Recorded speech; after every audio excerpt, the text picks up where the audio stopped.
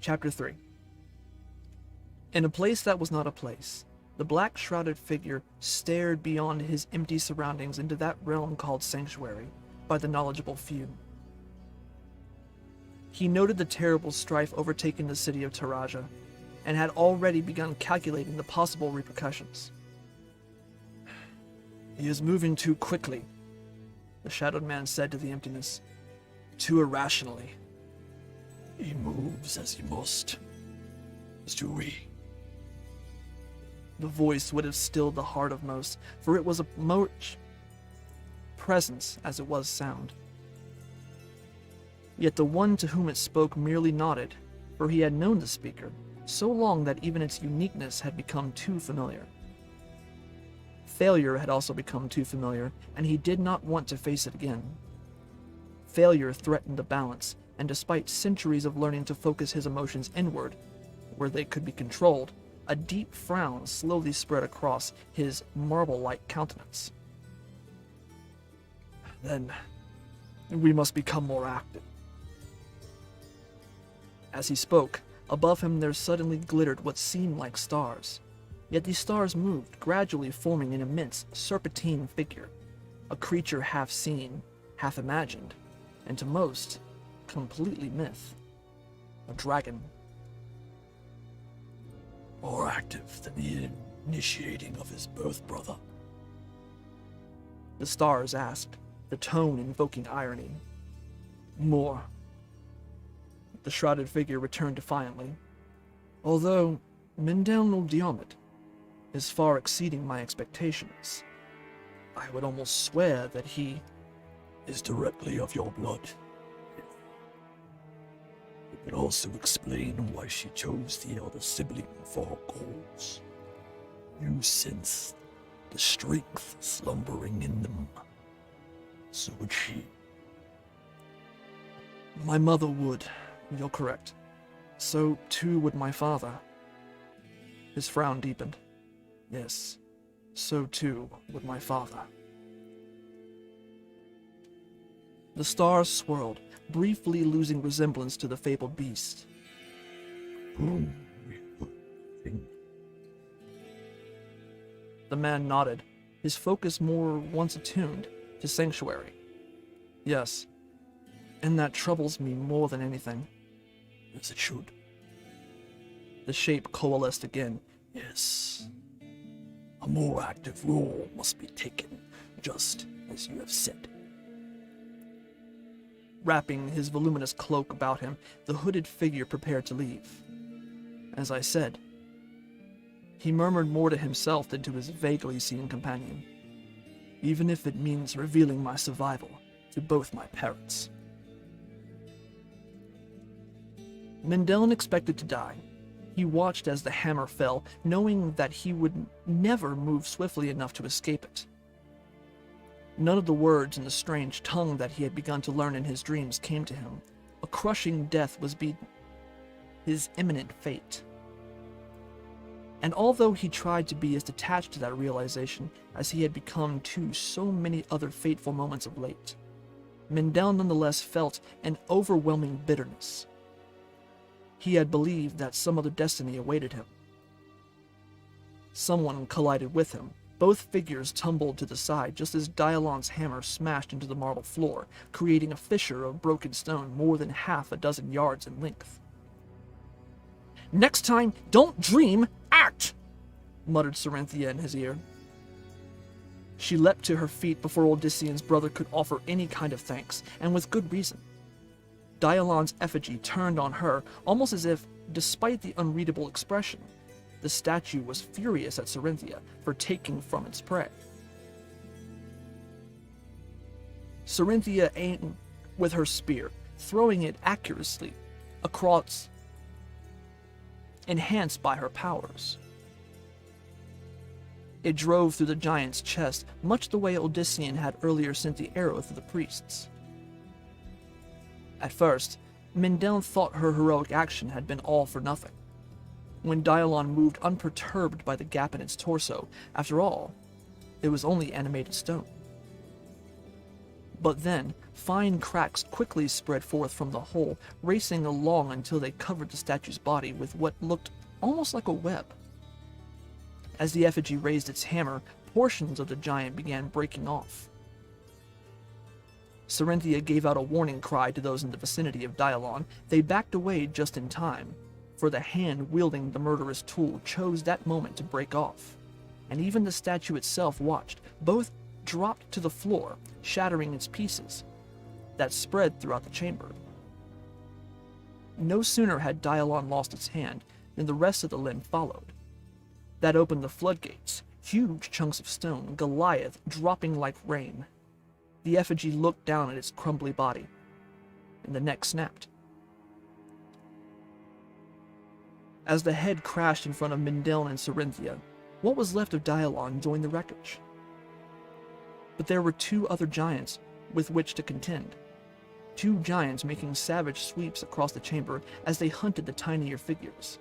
However, Mindeln gave thanks to whatever watched over the humans, for despite their attempts, the behemoths were having little good luck since the initial slaughter.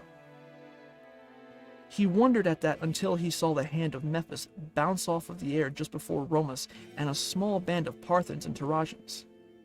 The bearded man, a villain reformed by Odyssean, looked to be the guiding force of this group. He stared at the menacing figure, almost seeming to defy it to break through. There was still a good chance that it might just do that, but Mindeln decided that it was time he lent his hand to the matter rather than standing around gaping, while others merely struggled to survive.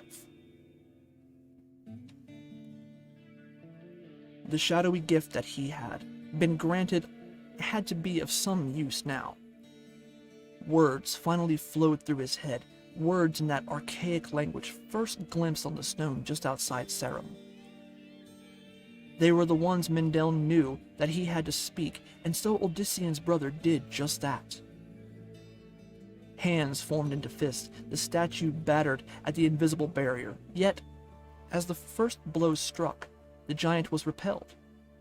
Cracks materialized in the giant body, and chips broke off as if something unseen had fought against the effigy, with the same violence with which the latter had attacked Romus's band.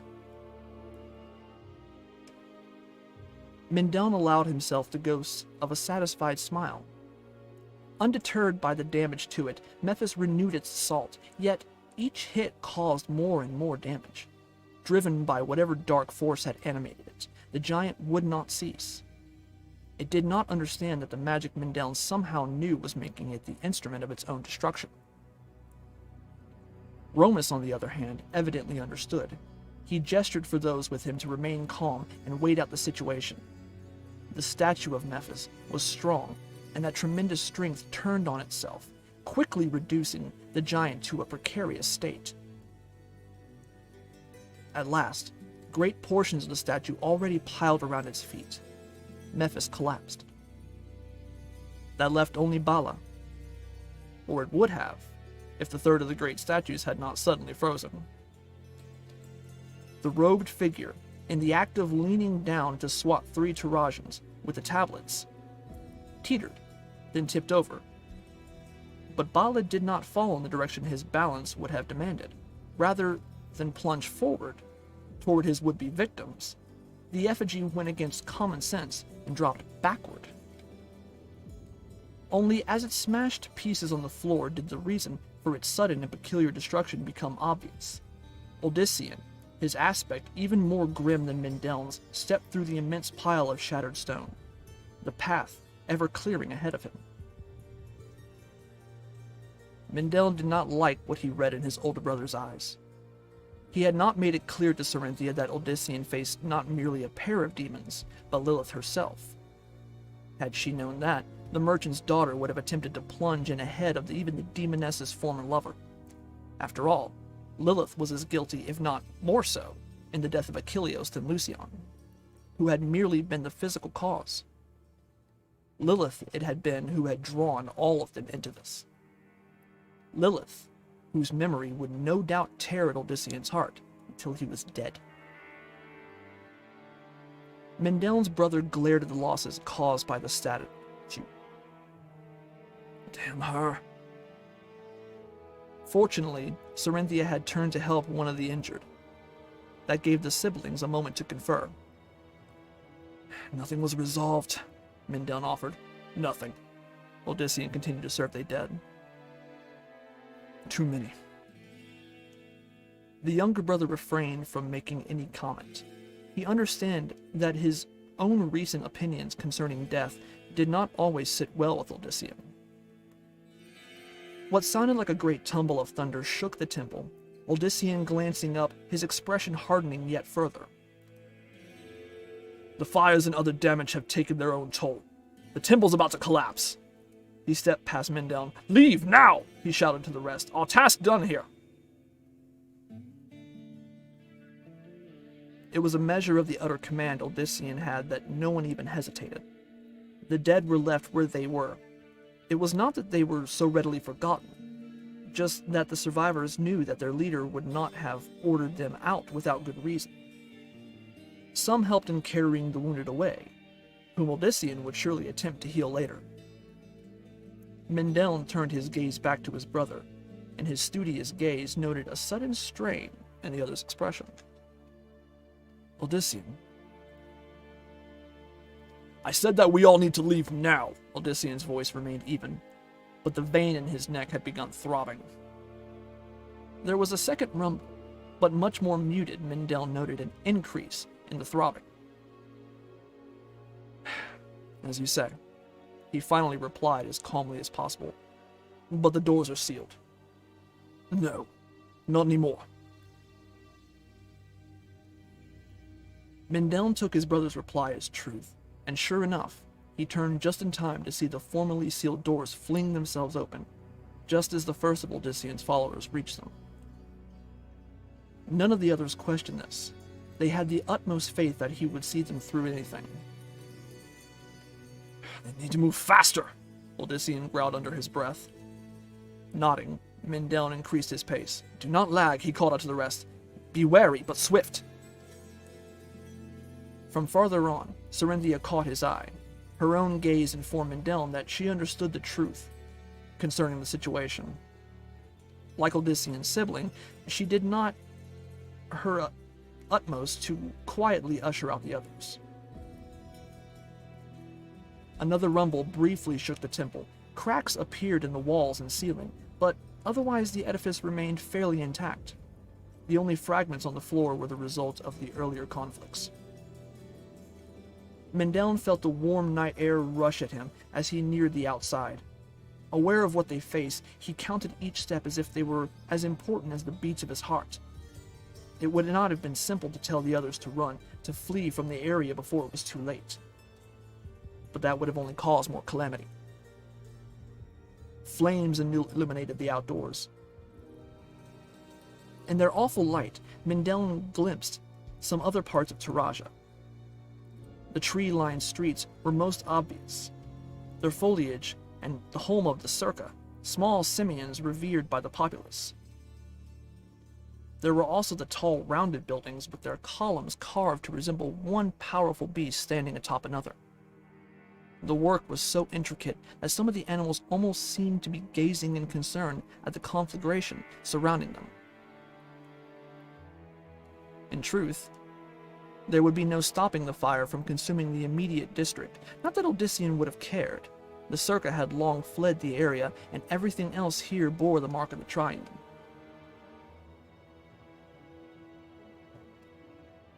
The mix of Parthans and Tarajans spilled out beyond the temple grounds. Mindel finally took a glance back at the giant structure. Only to his eye was the constant quivering evident in the dark. Flames now covered most of the roof.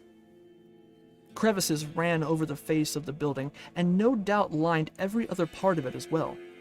Some columns farther on had cracked in half and fallen down. A major fault ran across the base on the western side. It should have collapsed by now, he decided. It should have collapsed on our heads. But it had not, and the taut-faced figure coming up next to him was the sole reason why. Sweat poured over Odyssean, and his breathing came in rapid gasps.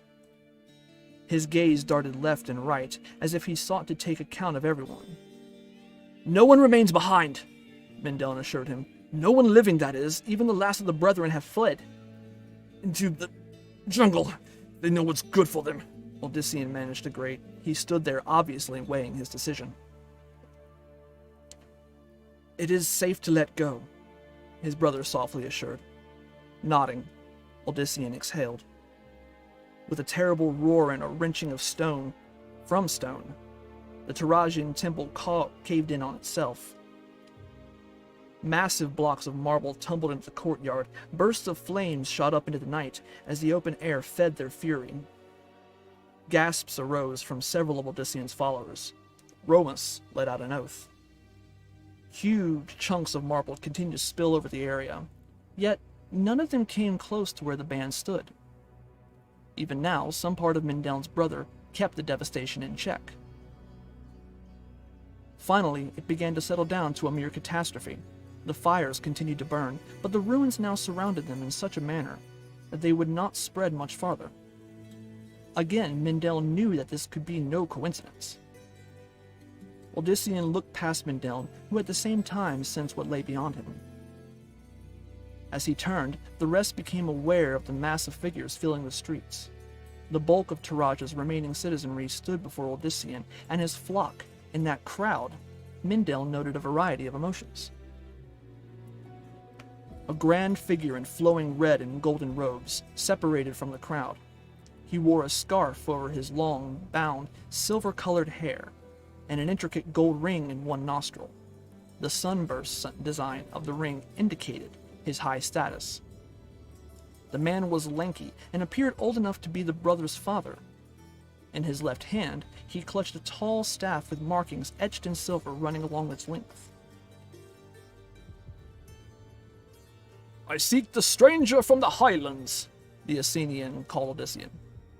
Athenian was Mindellin's party had discovered early on, the term of the jungle folk used for the paled inhabitants of such regions as Serum and Partha.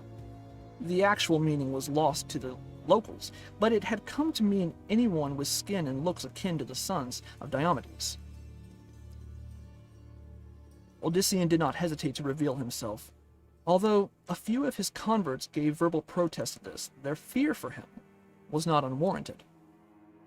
In addition to the leather-padded soldiers, Mindellin noted among the newcomers, there were certainly representatives of the mage clans in its vicinity. They were keeping discreet, although Mindellin knew that they were there, not once did he set anyone who resembled one of the powerful spellcasters. They had their own internal matters with which they sought to deal. Odyssean was not yet a problem to the jaded masters in Kajan. But after tonight, Mindellin suspected that they would be reassessing their stand. Odyssean, son of Diomedes, stands before you with empty hands, Mindellin sibling replied, with the same respectful formality. The elder nodded. I am Rowneth, Council Senior of Taraja, speaker for the people. He paused, obviously noting the many darker faces among those following Odyssean. But not for all, it seems. There are many known to me, those who stand with you, Athenian. A fact that is a marvel and a concern. I was told that only the lower castes found your word of interest, and that you promised them the riches of those whose stations are well above. I promise the same to everyone, Odyssean interjected, his tone only slightly hinting of the anger Mindellin knew he held against those who had spread such rumors to the Counselor Senior. The chance to achieve that which we are meant to be, regardless of our birth. I offer nothing more than even kings can attain, Lord Rowneth. If one will just listen, I offer what the Triune and the Cathedral would never desire of their flocks, independence from their utter mastery. Rowneth nodded again. His thin lips pursed, and it was evident that he did not entirely like or dislike what he had heard. The Triune had these past nights been accused of dire crimes, the least of which are too horrendous for me to declare openly here, Senior. I have proof from sources as well that you are a danger to the lives of those over whom I watch. You want more damning proof of the Triune's crimes? It lies within those ruins, preserved despite the collapse. For the first time, Lord Rowneth looked uncertain. Mindelln, too, was impressed. If he understood his brother as the other did, then even Odyssean had let the temple finally fall. He had still shielded the inner chambers from the tons of rumbling stone. An astonishing feat, and one done for good reason. It now seemed. Perhaps that may be the case, Rowneth finally went on. But that does not in itself excuse the case against you, Odyssean, son of Diomedes. Odyssean's no villain, came a voice that sounded much like Bromus's. Something flew out of the dark, aiming right for Lord Rowneth's unprotected forehead. The Counselor Senior had only time to gape as the projectile reached him, and halted just before it would have shattered his skull. I'm sorry, my lord, Odyssean muttered, sounding incredibly exhausted. The makeshift missile, a sharp apple-sized fragment from some corner of the temple, crumbled. A pile of soft ash formed at Rowneth's sandaled feet. By the elder man began and clamped his mouth. Mindelln suspected that, like many Tarasians, he had likely been about to call upon the three, Mephis, Bala, and Dialon. It had been pure reflex, though Lord Rowneth not radiating any of the darkness that true converts of the Triune would have. He had been an innocent dupe like the rest. I'm sorry, Odyssean repeated. He turned toward his followers. Although his eyes swept over the entire throng, his brother had no doubt that the one who had used his power to hurtle the missile now felt as if Odyssean's entire focus was upon him. Let that never happen again. This isn't the point of the gifts we have. To fight for the truth? Yes. To fight for our right to be what we are and destined to be? Yes. But not for mayhem and murder. Then we're no better than the Triune. He returned his gaze to the Counselor Senior, who only now looked up from the ash. To his credit, Lord Rowneth's memory and his momentary gaping when he had seen his death approaching had given way again to determination to protect his city and his people. Odyssean spoke before the other man could. We're leaving Taraja, my lord. For the rest of the night, we'll camp beyond the walls. Tomorrow, we'll be gone. I came here to try to do some good, but that good's now mixed with something you and I both find distasteful. That's not what I want. That's not what I ever want. The Counselor Senior bowed his head slightly. You are beyond my power, Osenian. For you to leave Taraja in no more devastation than what has been wrought this night, I can only thank the stars. No soldier shall raise a weapon to you, or those who choose to follow you out. Not if they do not wish to answer to me. I will brook no more bloodshed. One thing only, Lord Rowneth. The man looked wary. The Triune is no more here. If it grows in Taraja again like a weed, I'll return. Once more, Rowneth pursed his lips. If the evil is as you said, that weed I will personally pluck clean from my city's soil. Well, that appeared to satisfy Mindelln's brother. Odyssean did not look at his followers. He merely started toward Lord Rowneth, and they, in turn, flowed behind him. The larger mass that had accompanied the Counselor Senior quickly gave way. Hundreds of eyes watching with as many emotions as the converts, several of them once friends, neighbors, and family, passed through. The Tarasians among Odyssean's flock eyed their fellow locals with equal intensity, although in their case, they radiated the determination of the newly converted. No one was going to tell them that they might have chosen wrong. The Counselor Senior bowed his head against as Odyssean reached him. The latter nodded in turn.